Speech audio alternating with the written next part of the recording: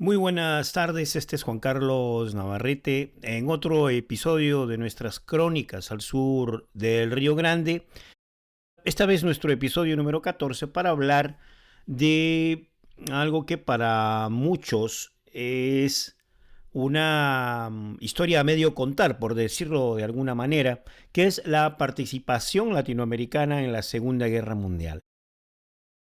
Y hay bastante desconocimiento, por ejemplo, ustedes sabían de que Brasil participó con tropas en la Segunda Guerra Mundial, específicamente en el Teatro de Operaciones Italiano, y también que México envió un escuadrón aéreo a, a Europa entrenado en los Estados Unidos. Esas son solamente, digamos, dos de las intervenciones. Son los únicos países que enviaron efectivamente fuerzas, pero hubo toda una participación latinoamericana de una u otra manera en el esfuerzo bélico de derrotar al eje, ¿no? Quería con esta pequeña introducción, quería pues hablar en este episodio acerca de esta participación latinoamericana en la Segunda Guerra Mundial, en sus eh, orígenes geopolíticos, el porqué de la participación, dependiendo obviamente de cada país, el contexto en el que se dio esta participación latinoamericana. Algunos países se unieron a los aliados al inicio, los primeros años de la Segunda Guerra Mundial, otros fueron un poquito más, podríamos decir, precavidos diplomáticamente y se esperaron hasta casi el final para declararle la guerra al eje. Ustedes sabían, por ejemplo, de que hubo una batalla en pleno Río de la Plata entre buques ingleses y alemanes, ¿no? Es más, hay un destructor alemán hundido frente a las costas uruguayas. Entonces, comenzamos así nuestro episodio número 15, que es la participación latinoamericana en la Segunda Guerra Mundial. Digamos que a inicios de los años 30 podríamos decir que la política exterior de los Estados Unidos hacia Latinoamérica experimentó un giro importante, una transformación fundamental, en el cual antes había una cierta coerción paternalista, algo que quiere innovar el presidente americano actual. Pero había hasta principios de la década de los años 30 una coerción, digamos, paternalista y se fue transformando a uno de colaboración, ¿no? Pragmático. Un poquito más diplomáticos, un poquito más pragmáticos en cuanto a las relaciones con Latinoamérica. Durante muchas décadas había una ideología, la ideología del gran garrote, ¿no? Y el corolario Roosevelt, ¿no? Que era una enmienda asertiva a la doctrina Monroe, donde se habían justificado frecuentes intervenciones militares, pues para proteger los intereses comerciales de los Estados Unidos. Eso produjo bastante hostilidad, ¿no? En la región. Sin embargo, el auge de potencias agresivas, ¿no? Autoritarias, como las potencias del eje, exigían para los Estados Unidos y su política exterior un cambio estratégico. Acá entonces quería dar un poquito de explicación también acerca de qué era la ideología del gran garrote, ¿no? Ese término acuñado por el presidente Teddy Roosevelt en el año 1904, ¿no? Que era básicamente para sostener una ideología, para sostener el intervencionismo de los Estados Unidos y proteger sus intereses económicos, ¿no? En realidad la frase era, habla suavemente pero con un gran garrote, ¿no? Que básicamente era pues utilizar a la diplomacia como primera arma, por decirlo de alguna manera, y si esa no daba resultado, pues utilizar las Fuerzas Armadas de los Estados Unidos para el intervencionismo directo en Latinoamérica, ¿no? Para cuidar los intereses económicos. Esa era digamos, la ideología del gran garrote de Teddy Roosevelt. Ahora, digamos, los estrategas estadounidenses se dieron cuenta de que pues esta ideología, la ideología del gran garrote, pues si había que enfrentar a las potencias del eje, nuevamente las potencias del eje eran pues Alemania, Japón, Italia, y habían otros países por allí en Europa del Este que eran parte del eje también. Estas potencias autoritarias, estas potencias con pensamientos totalitarios, los estrategas norteamericanos se dieron cuenta de que la ideología del gran garrote, en lugar de hacer que, lograr que las naciones latinoamericanas, digamos, estuvieran del lado de los aliados, digamos, iba a ocasionar lo contrario, ¿no? El intervencionismo iba a encontrar resistencias, iba a encontrar las decisiones geopolíticas, digamos, más cercanas a mover a esos países tal vez hacia el lado del eje que mantenerlos del lado de los aliados. Entonces, ese darse cuenta de que esa estrategia del gran garrote no era la correcta, uh, se dieron cuenta estos estrategas de que, digamos, el hemisferio occidental, para estar seguro, requería una transición de ese intervencionismo unilateral a una política de cooperación, ¿no? Recíproca y respeto mutuo, ¿no?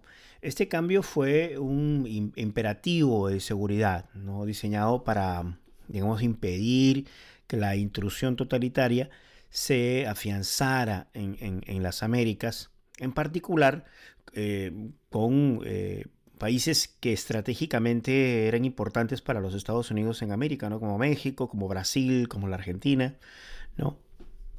Y es allí donde, digamos, se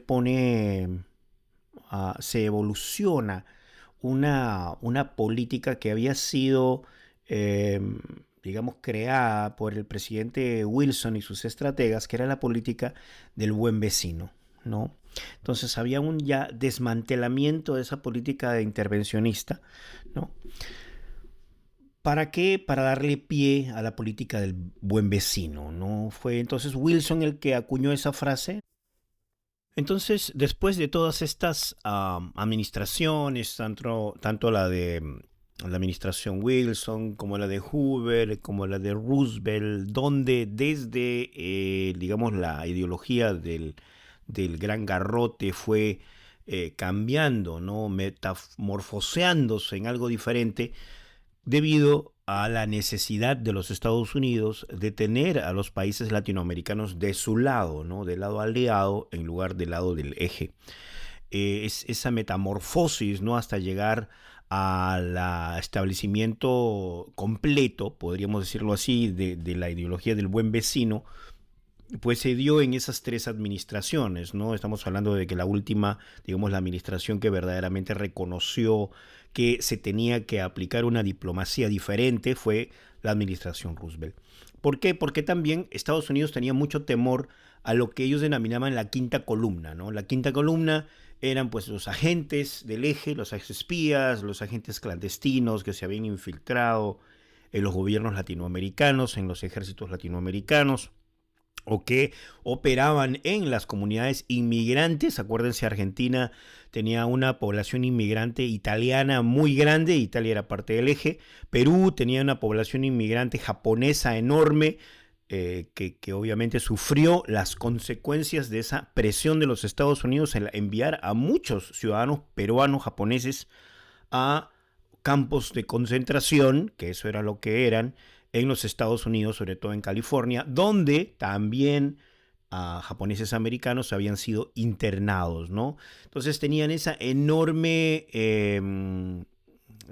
temor. Brasil, por supuesto, al sur del Brasil hay una enorme comunidad italiana y alemana también, por lo que los Estados Unidos tenían temor a que esa quinta columna fuera a desestabilizar la región, ¿no? Entonces esto fue un factor clave para la alineación, ¿no? La Alemania nazi había realizado agresivas propuestas a los estados de la América del Sur, de Centroamérica, buscando más cooperación militar, comercial, eh, para, y militar también para amenazar el Canal de Panamá. El Canal de Panamá era estratégico en la conexión de los Estados Unidos con Europa desde puertos del Pacífico en los Estados Unidos.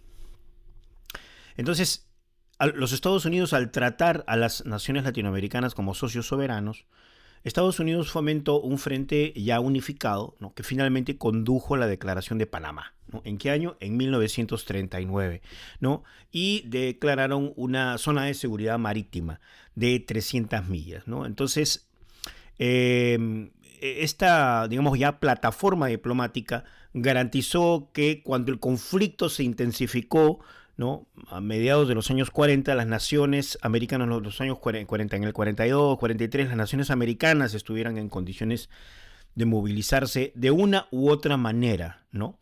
Este cambio digamos, de la sospecha inicial a la colaboración permitió a las repúblicas latinoamericanas evaluar su participación desde, digamos, la perspectiva de sus propios ya intereses nacionales, ¿no? Cada país era un microcosmos, el cual tenía que decidir cómo se alineaba, ¿no? Otro punto importante era la reciprocidad económica, y para esto, digamos, había una oficina en el sector público de los Estados Unidos que se llamaba la Oficina de Asuntos Interamericanos, y era dirigido nada más y nada menos que por Nelson Rockefeller. Sí, ese mismo, Nelson Rockefeller. La Oficina de Asuntos Interamericanos, digamos, era una oficina muy sofisticada, digamos, y fungía de agencia cultural, digamos, encargada de transformar las percepciones, pues, raciales y las percepciones políticas, ¿no? Bastante tenía que ver tal vez con servicios de inteligencia, ¿no? Para cambiar la, la idea que se tenía de los Estados Unidos afuera. Lo cual era bastante contrario, ¿no? Dentro de los Estados Unidos en los años 40, la discriminación racial era aberrante, ¿no? Para niveles de una sociedad civilizada. Y, digamos, había un desprecio enorme por lo que era la cultura latinoamericana, ¿no? Se la consideraba muy, muy inferior. Digamos, básicamente utilizaba estrellas de Hollywood, por ejemplo, Carmen Miranda y Walt Disney, con la película Saludos Amigos, ¿no? Que era... a partir de ese momento se comienza a crear una especie de ideal latinoamericano para el pueblo de los Estados Unidos, ¿no? Esta oficina buscaba entonces reemplazar esos estereotipos, digamos, perezosos o retrógrados de los latinoamericanos con imágenes, pues, de aliados vibrantes, modernos, fuertes, adonizados, podríamos decirlo de alguna manera, ¿no? Es decir, era todo en realidad un armado, ¿no? Un armado en el que, claro, la política americana estaba virando hacia otras posiciones. Por lo tanto, esos aliados tenían que verse diferentes, ¿no? Entonces habría que dejar de lado esas ideas que lamentablemente en los años que corren han vuelto, ¿no? Esas ideas para, digamos, tener esos estereotipos como los perezosos, los retrógrados, los atrasados, etcétera. Lamentablemente así funciona la política. Entonces, esto era esencial para que la alianza fuera, digamos, aceptable para un público, digamos, estadounidense, ¿no? Con prejuicios arraigados que han vuelto a nacer, a la vez que convencía digamos, a los brasileños de los beneficios de la amistad panamericana, ¿no? Podríamos poner, por ejemplo, un ejemplo es el cálculo, pues, del Brasil, el cálculo brasileño. El presidente brasileño en ese momento era Getúlio Vargas, y consideraba él la participación en esta guerra como una oportunidad, ¿no? Una oportunidad única para asegurar el estatus digamos que Brasil no había logrado después de la Primera Guerra Mundial, ¿no? Entonces tenía dos pilares, que era la industrialización, que era conseguir financiación de los Estados Unidos para plantas siderúrgicas. La planta siderúrgica Volta Redonda fue financiada por los Estados Unidos, a cambio de qué, bases aéreas y navales, ¿no? Hay que recordar que en la Segunda Guerra Mundial había una enorme base militar en Natal, en el norte brasileño, ¿no? Que era considerado el trampolín hacia Europa, ¿no? Y también la otra pata, el otro pilar era la modernización militar mediante préstamos, arriendos, ¿no? De los cuales, para darles una idea de cómo Brasil era importante para los Estados Unidos, del total destinado a América Latina, el 70% fue destinado a Brasil, ¿no? Eran como unos 200 millones de dólares para, digamos, transformar un ejército anticuado en una fuerza de combate moderna, pues, ¿no? Entonces él comprendió que se requería un sacrificio de sangre, podríamos decirlo de esa manera, para validar estas ambiciones, ¿no? Entonces, con el envío de tropas a Europa, Brasil pretendía asegurarse, ¿qué cosa pretendía asegurarse? Un mejor entendimiento con los Estados Unidos, un lugar permanente en la mesa de negociaciones de la paz tras la guerra. Digamos, una apuesta de alto riesgo que le sirvió al Brasil después de la guerra, ¿no? Y elevaba al país, digamos, de un proveedor de materias primas a una potencia mundial de primer orden, ¿no? Esa era la idea que él tenía, ¿no? Entonces, otros países, digamos, después vamos a hablar un poquito más acerca de la participación brasileña, pero otros países también tuvieron, a partir de esa política del buen vecino, ese acercamiento y los préstamos y todo eso, digamos, hubo muchas otras participaciones. México, por ejemplo, se involucró activamente desde 1942, ¿no? Declarando la guerra a las potencias del eje, pero ¿por qué? Porque hubo un hundimiento de buques mexicanos por submarinos alemanes, ¿no?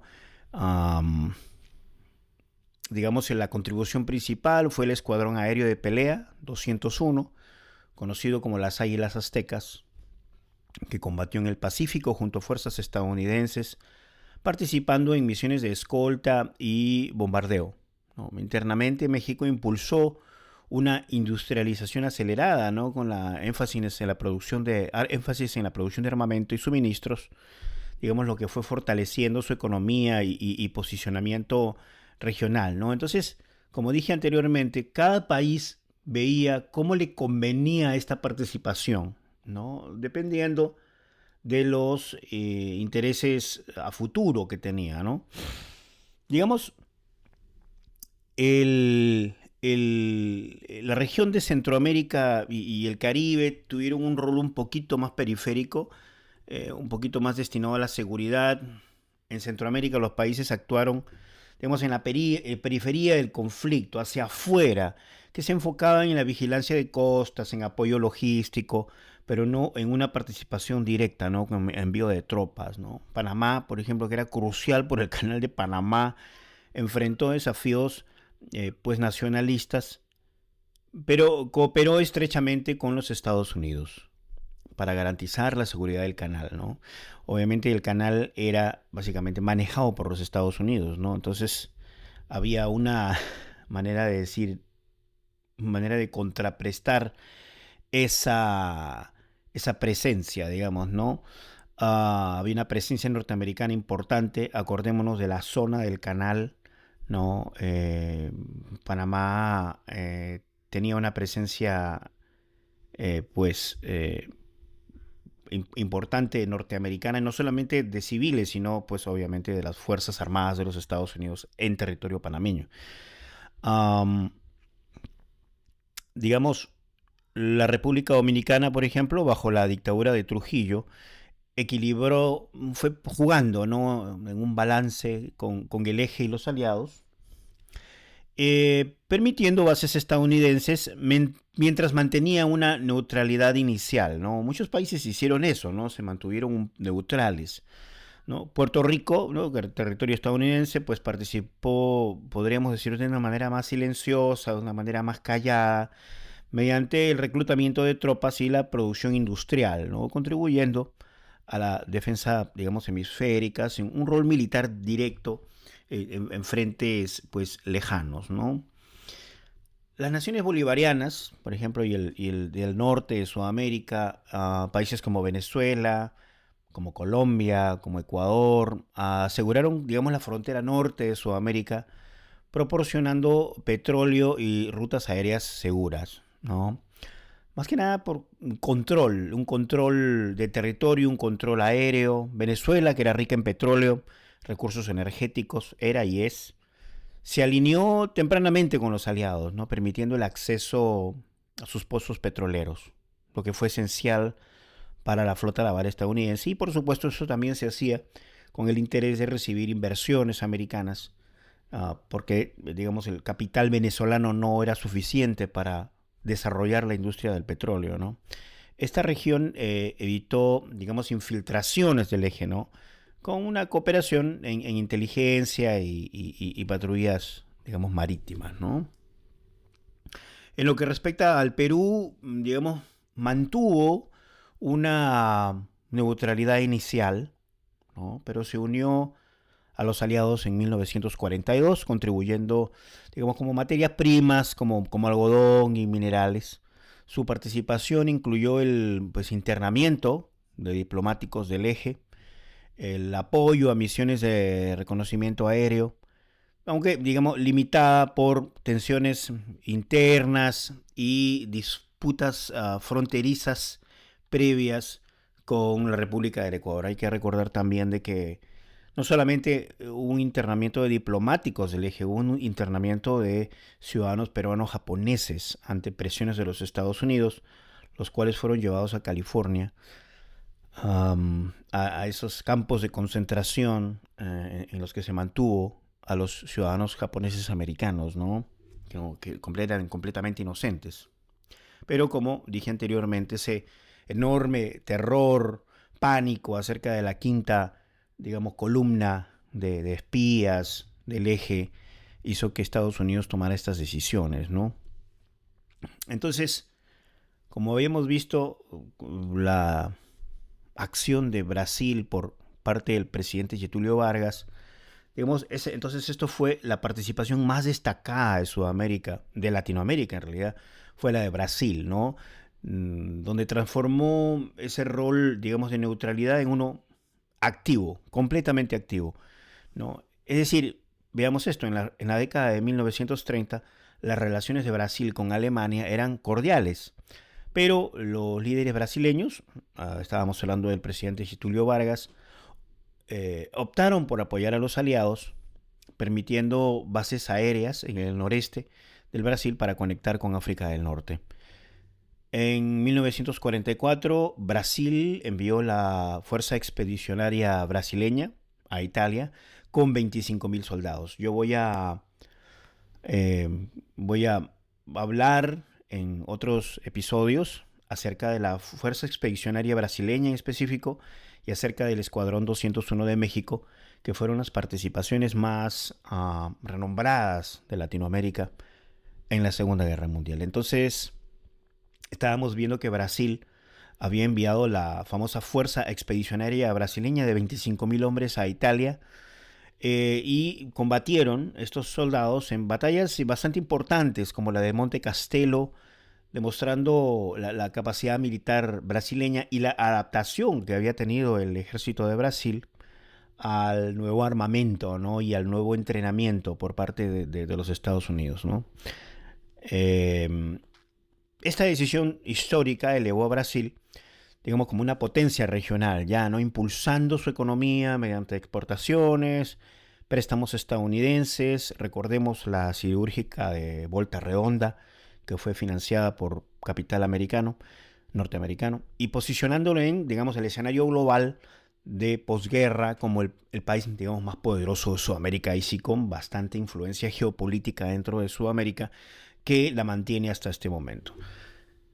Digamos, otros países del área, Chile y Argentina, Chile intentó mantener una pues neutralidad prolongada hasta casi el final de la guerra, 1945, cuando declaró la guerra al eje, ¿no? Bajo presión aliada. No lo hizo porque sintiera que tenía que hacerlo, ¿no? Sino que tuvieron muchas presiones por parte de los aliados, contribuyendo principalmente con cobre, que era su fuerte y lo sigue siendo, y salitre para la industria bélica, ¿no? Argentina, por su parte, fue el aliado, le decían el aliado closet del eje hasta 1945, ¿no? Retrasaba su declaración de guerra pese a presiones diplomáticas, ¿no? Es decir, tenía una cercanía muy grande al eje. Al eje era Italia, era Alemania y Japón. Sin embargo, digamos, permitió operaciones encubiertas aliadas y suministró alimentos, revelando una cooperación, digamos, ambigua que evitó un aislamiento global. Jugó casi al límite en el tema de la, digamos, podríamos decir de cierta manera, una neutralidad un poquito apagada, ¿no?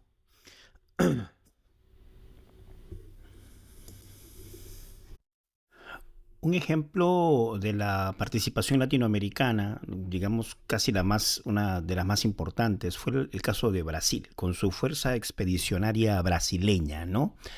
Que era, digamos así, una misión política uniformada porque cumplía de cierta manera la visión que tenía el presidente Getúlio Vargas de transformar al Brasil en una potencia regional. La Fuerza Expedicionaria Brasileña ocupa un lugar único en la historia como, digamos, la única fuerza representativa de Latinoamérica que contribuyó con tropas terrestres al continente europeo. México también lo hizo, pero mayoritariamente con un escuadrón aéreo, el famoso Escuadrón 201, que también combatió en el teatro europeo. Mientras, digamos, otras naciones solamente declararon la guerra y muchas declararon la guerra casi al final, solo Brasil destinó una división de infantería completa al combate directo. Digamos, la Fuerza Expedicionaria Brasileña no era simplemente una unidad militar, era una misión política, como lo habíamos comentado, por la visión que tenía el presidente Getúlio Vargas en ese momento. Estaba destinada, digamos, a demostrar que Brasil era una potencia soberana capaz de defender los principios democráticos. Digamos que quería mostrarle al mundo y sobre todo a los Estados Unidos que había llegado a cierta madurez como país, ¿no? Madurez política, ¿no? Ahora, obviamente, digamos, el, el, el, el, los 25.000 soldados que se desplegaron brasileños que se desplegaron en Europa, tenían, digamos, salieron del Brasil con ciertos objetivos establecidos, pero, por ejemplo, su objetivo en temas de logística era hacer una división pues totalmente equipada y moderna a su llegada, y la realidad fue que llegaron a Nápoles sin armas, tiendas de campaña ni equipo de cocina que dependían del suministro estadounidense, ¿no?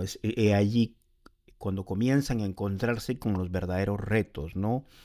Digamos, la capacitación, por ejemplo, el objetivo era que se tenía que finalizar, ¿no? Un riguroso entrenamiento de combate moderno en el Brasil. Y la realidad fue que la mayoría de las tropas eran inexpertos y tenían una familiaridad muy limitada con el armamento estadounidense que finalmente se les entregó. Y otro punto súper importante que era la dependencia, ¿no? Que tenían del ejército de los Estados Unidos en cuanto a liderazgo, ¿no? Porque su objetivo era tener un mando independiente dentro de los aliados, pero eso nunca fue así, ya que dependía totalmente del quinto ejército de los Estados Unidos para obtener alimentos, transporte y equipo táctico, ¿no? Ahora, hay una pequeña anécdota con esta formación de la Fuerza Expedicionaria Brasileña, porque, digamos, no estuvo exenta de debate en el Brasil, ¿no? Y de una profunda confusión cultural, ¿no? Porque al desembarcar en Nápoles, los civiles italianos confundieron inicialmente a los brasileños con prisioneros alemanes, ¿no? Debido a sus uniformes verde oliva, ¿no? Que eran muy similares a los del ejército alemán. La atmósfera solo cambió, digamos, cuando los italianos vieron soldados afro-brasileños entre las filas, dándose cuenta de que no eran los arios, entre comillas, de la Wehrmacht, del ejército alemán. Ahora, la Fuerza Expedicionaria Brasileña tiene un logo que es una serpiente fumando, ¿no? Y eso tiene un porqué, porque los escépticos nacionales, ¿no? En el Brasil afirmaban que Brasil solo lucharía cuando las serpientes fumaran pipas, ¿no? ¿Qué hizo? La Fuerza Expedicionaria Brasileña en respuesta adoptó la serpiente humeante, ¿no? O fumando como insignia, ¿no? Este símbolo transformó una broma, digamos, despectiva en una marca de desafío, pues, nacional, ¿no? Estos obstáculos logísticos y psicológicos, digamos, prepararon el escenario para el bautismo de fuego de la Fuerza Expedicionaria Brasileña, mientras las tropas tropicales se preparaban para la transición de los campos de entrenamiento a la brutal guerra de montaña de los Apeninos, ¿no? Porque la Fuerza Expedicionaria Brasileña inicialmente, pues peleó en el campo de operaciones italiano, ¿no? Es decir, a finales del año 1944, la campaña italiana se había convertido en una acción de contención, ¿no? Secundaria, diseñada para mantener a las divisiones alemanas lejos de Francia. Es decir, le hacían el aguante, para usar una expresión bien latinoamericana. Tenía que bloquear a las fuerzas alemanas para que no siguieran avanzando hacia el norte de Europa, no al norte de Italia. A pesar de ello, las misiones que se le asignaban a la Fuerza Expedicionaria Brasileña fueron de enorme importancia política, ¿no? Digamos, este aliado olvidado, como se le denominaba también al Brasil, se vio obligado a soportar la brutal realidad de la línea gótica, donde las temperaturas descendieron drásticamente a -15 y -20 grados Celsius, un shock asombroso para tropas reclutadas en climas eminentemente tropicales. Imagínense, habían soldados que provenían de lugares como la Amazonia brasileña, ¿no? La batalla de Monte Castelo digamos, se convirtió en la lucha decisiva para la Fuerza Expedicionaria Brasileña. Entre noviembre de 1944 y febrero de 1945, los brasileños lanzaron 4 asaltos fallidos. Estos enfrentamientos fueron extenuantes. Hay un soldado que se llama Augusto Alfredo Pinto que escribe un diario y él determina que las tropas, pues cuenta, ¿no? Que las tropas quedaron pegadas al suelo por el fuego y el lodo, ¿no? La victoria final, que fue el 21 de febrero de 1945, fue imperativa para la dignidad del ejército brasileño. Demostró que la infantería brasileña podía llevar a cabo con éxito operaciones ofensivas contra veteranos alemanes experimentados. Algunos de estos tenían experiencia en el norte de África, acallando a los escépticos que los consideraban pues una carga, ¿no? Ahora, la misión se fue degenerando, fue complicándose. ¿Por qué? Porque había ciertas maniobras políticas, ¿no? El general Mascarenhas de Moraes se enfrentó a los comandantes estadounidenses por la fragmentación de su división. Dentro del campamento brasileño, digamos, hubo un plan diabólico, se le denominó, para donde surgió, donde los seguidores del general Zenobio da Costa, que otro general brasileño en ese momento, buscó reemplazar a Mascarenhas, intentando, digamos, impulsarlo, asumiendo un rol simplemente administrativo, ¿no? Siempre esas envidias y luchas de poder, ¿no? Ahora, digamos, todo tenía un tinte político. Al final, digamos, la Fuerza Expedicionaria Brasileña protegió a su liderazgo y consolidó su reputación dentro del quinto ejército de los Estados Unidos, donde esta fuerza estaba, digamos, dependía del quinto ejército de los Estados Unidos, ¿no? Digamos, la participación latinoamericana en este esfuerzo de los aliados en la Segunda Guerra Mundial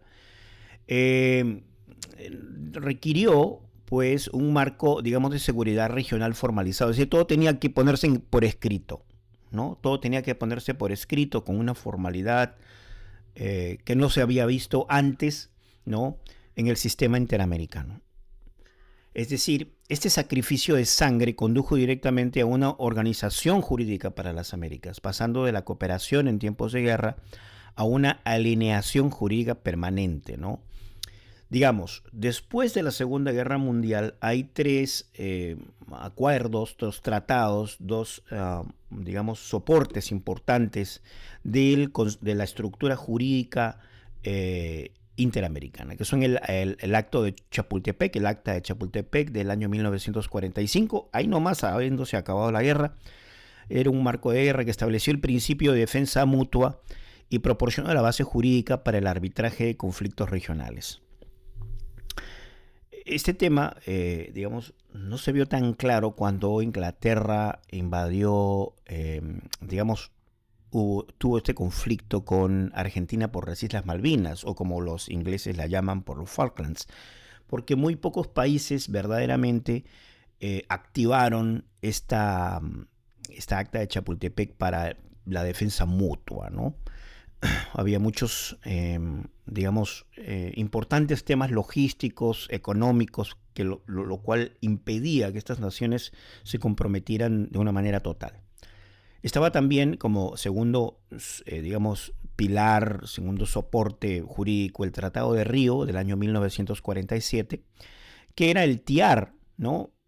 Digamos, el Tratado Interamericano de Asistencia Recíproca, que formalizó la doctrina de que un ataque a un Estado constituye un ataque a todos y, miren esto, estableció una zona defensiva desde Groenlandia hasta la Antártida, pero creo yo que esto quedó en palabras muertas cuando Inglaterra pues tuvo este conflicto con la Argentina por las Malvinas.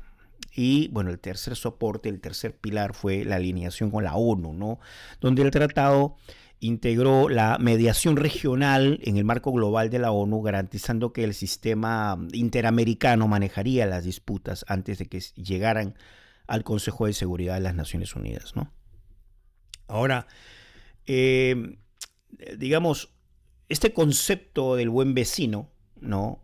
Que inicialmente fue ideado por Wilson, pero Wilson no le dio la importancia que tenía y siguió interviniendo en los asuntos de otros países en América, pero que fue fortalecido por Roosevelt debido a la Segunda Guerra Mundial y a todo ese interés que tenía en formar una fuerza unida. Este principio se fue erosionando. ¿Por qué se fue erosionando? Porque pues después de la Segunda Guerra Mundial Estados Unidos tiene frente a sí otro reto enorme, que era la Guerra Fría. Era la Unión Soviética la que estaba ganando preponderancia y trataba de expandirse en Europa y exportar su ideología, ¿no? Es decir, centró digamos, su preocupación era contener la influencia soviética, ¿no? Entonces, las grietas en esta nueva arquitectura aparecieron bastante rápido. Por ejemplo, el reclamo de Argentina sobre las Islas Malvinas y la reserva de Guatemala respecto de Belice. Se destacó que las disputas territoriales seguían sin resolverse mediante el tratado, ¿no? Entonces, a medida que Estados Unidos retomó una política intervencionista, obviamente pintada de diferentes maneras, para reprimir movimientos socialistas sospechosos, vemos las guerras en las guerras civiles en El Salvador, las guerras civiles en Nicaragua y todo esto, la base de cooperación forjada durante la guerra comenzó a debilitarse nuevamente. Es decir, la realpolitik, como que se le llama a esto, a la realidad de la política y de la geopolítica, comenzaron a dejar de lado a estos tratados, ¿no? Ahora, como punto final podríamos decir que la participación de la Fuerza Expedicionaria Brasileña, por ejemplo, transformó fundamentalmente la posición de Brasil. Es decir, hubo cambios geopolíticos y cambios de importancia en poderío regional para ciertas naciones, en este caso Brasil.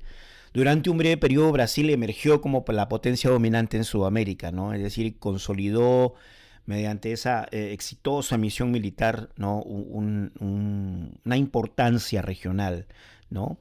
Que ya no era, digamos, tan simple de ignorar, ¿no? Y no se podía ignorar ese bautizo de sangre que tuvieron las Fuerzas Armadas del Brasil en Europa, ¿no? Ahora, digamos,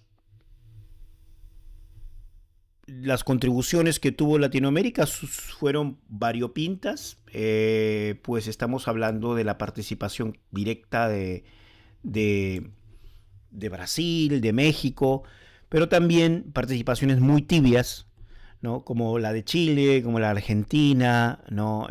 Otros países, ¿no? que prefirieron no enviar tropas, ¿no?